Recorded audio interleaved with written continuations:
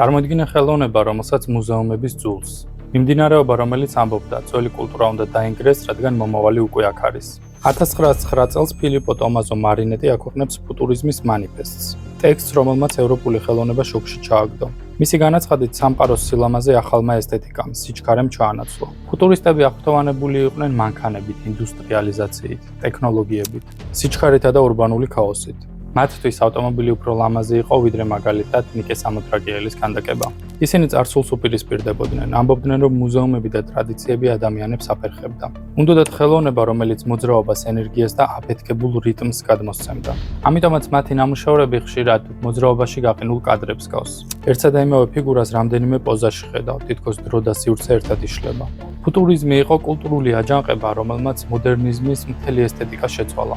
მაგრამ აქვე ჩდება კითხვა: თუ პროგრესისთვის ძველის განადგურებაა საჭირო, მაშინ კულტურა ვითარდება თუ საკუთარ თავს ანადგურებს? რას ფიქრობ, მარინეტი დღევანდელი ტექნოლოგიური პროგრესით აღფრთოვანებული დარჩებოდა თუ შეეშინდებოდა მისი? დაწერე შენი მოსაზრება კომენტარებში.